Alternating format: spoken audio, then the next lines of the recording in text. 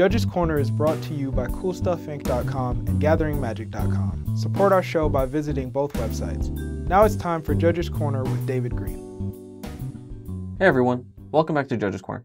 Today we're going to be talking about the different formats of Magic the Gathering. Formats are usually made up of different sets in conjunction with other sets, or sometimes stand alone. You usually find about the most common ones at your local card shop, such as Standard or Draft. Today we're going to examine them and a couple of other formats and explain how they work. First, let's break them down into two types, limited and constructed. Limited formats are those in which you are provided with cards to make your own deck when you show up, while in constructed events, you bring your own pre-constructed deck of cards. Let's talk about constructed first, since it's probably the one you're all most familiar with. The most common constructed format is Standard, which includes the two most recent blocks of Magic sets and the most current core set. For example, Innistrad block with Innistrad, Dark Ascension, and Avacyn Restored, Return to Ravnica block with Return to Ravnica, Gatecrash, and Dragon's Maze, and Magic 2013. There is also a brief period where the next core set is also legal, in this case Magic 2014. What happens is when the next core set is released in the summer, all of the previous sets and the core set remain legal until the fall when the next set in the new block is released. Then the previous entire block and the previous core set fall off, in this case when Theros became legal. Block Constructed is another format where you only play with cards from a single block, like Return to Ravnica block only containing Return to Ravnica, Gatecrash, and Dragon's Maze cards. Modern is a relatively new format where players can only use cards that were printed in Magic sets from 8th edition and beyond. A good rule of thumb is that only cards in modern card frames are legal, but that's not entirely true. Cards that were printed in supplemental sets like Primal Vigor or Toxic Deluge are not legal in Modern because they have yet to be printed in modern legal sets, and cards with future borders like Steamflogger Boss or Tarmogoyf, or cards that were time-shifted like Pendelhaven or Tribal Flames are also legal because they were printed in sets after 8th edition.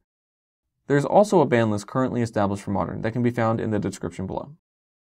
Next, there's Legacy and Vintage, which are both eternal formats. They allow you to use any cards from any set or supplemental product in Magic's existence. However, with Vintage, there are limitations on how many of some cards you can use, allowing you to only play one copy of certain cards. And some cards are banned because of their legal or dexterity issues. Legacy is similar to Vintage, except instead of limiting the number of certain cards you can use, cards are just outright banned because of their power level. The same dexterity and anti-cards are still banned. Cards that were not printed in Magic sets or supplemental products, or cards that are just generally not legal, like unhinged cards, are also not legal in these formats. There are also constructed formats that are more casual, like Commander, where you use a single legendary creature in 99 unique cards with special rules, or Pauper, where you use a deck of 60 or more cards that were once or currently are commons. There's Peasant with the same rules as Pauper, except uncommon cards are allowed too, and a plethora of other casual formats. Two-Headed Giant is another constructed format, but typically you'll only ever see it played in conjunction with limited formats. Two-Headed Giant uses a unified deck construction rule when playing Constructed with it, so that you cannot use any more than 4 copies of a single card, excluding cards that break this rule, between the two decks. For example, you can only play with 4 copies of Eternal Witness in one deck, and 0 in the other, or 3 in 1, or 2 in 2. You cannot play 4 in 1, or even 4 in 4 between the two decks. You also follow whatever format's banned or restricted list you're using to play Two-Headed Giant with. So if this was Modern Two-Headed Giant, Dark Depths would also not be legal. In addition to that, Ureo Soratami Ascendant is exclusively banned in Two-Headed Giant, regardless of the format. To learn more, check out our video on Two-Headed Giant. Next are limited formats, which include Sealed, Draft, Cube, and a few others. Sealed is where you show up, are given a couple of packs, which are your card pool, and make a 40 or more card deck with what's provided. Typically, it'll be out of the most recent block or core set. Then you play somewhat normal matches of Magic.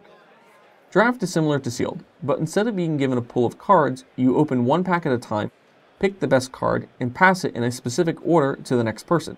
You also, in turn, get a new pack, and repeat this process until all of the cards have been taken from all of the packs.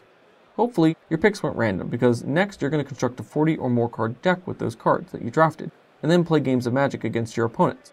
Normally, there are pods of 8 people in a draft, but in some cases the pods can be larger or smaller if need be.